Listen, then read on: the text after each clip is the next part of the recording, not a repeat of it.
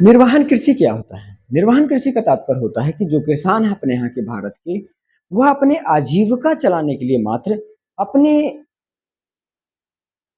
साल के पूरे 1 साल के खर्च को चलाने के लिए एक तरीके से उत्पादन करते हैं। क्योंकि भारत के किसानों की ये समस्या है कि उनके पास जो खेत का आकार है, वो बहुत छोटा है। खेत की मात्रा है वो बहुत छोटा है। अर्थात 1 एकड़, 3 एकड़, 2 एकड़, 5 एकड़ की मात्राओं की संख्या बहुत बड़ी संख्या में है। जो बड़े किसान हैं उनकी मात्रा बहुत छोटी है, अर्थात उनकी संख्या बहुत कम है। इसीलिए भारत में ज़्यादातर कहा जाता है कि निर्वहन कृषि की जाती है। निर्वहन कृषि का मतलब होता है कि वो किसान पूरे पूरे जो उत्पादन करते हैं, उनके 1 साल के खर्च का ही पूरा उत्पादन हो पाता है। बहुत कम मात्रा में ऐसे किसान हैं जो उत्पादन करने के बाद बेच भी पाते हैं।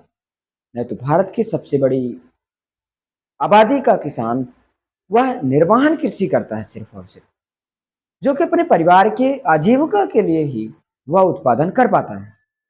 इसी को निर्वहन कृषि कहा जाता है।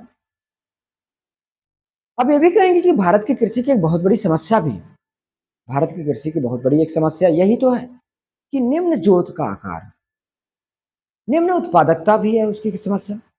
निम्न उत्पादकता मतलब जो उत्पादन प्रक्रिया यहाँ पर बहुत कम होती है। यहाँ के किसानों की एक बहुत बड़ी समस्या ये भी है, यहाँ जोत का आकार छोटा होना निम्न स्तर की उत्पादकता क्रिएट कर देती है। यहाँ तक कि तकनीकी भी पिछड़ापन है यहाँ की उत्पादकता को प्रभावित करती है।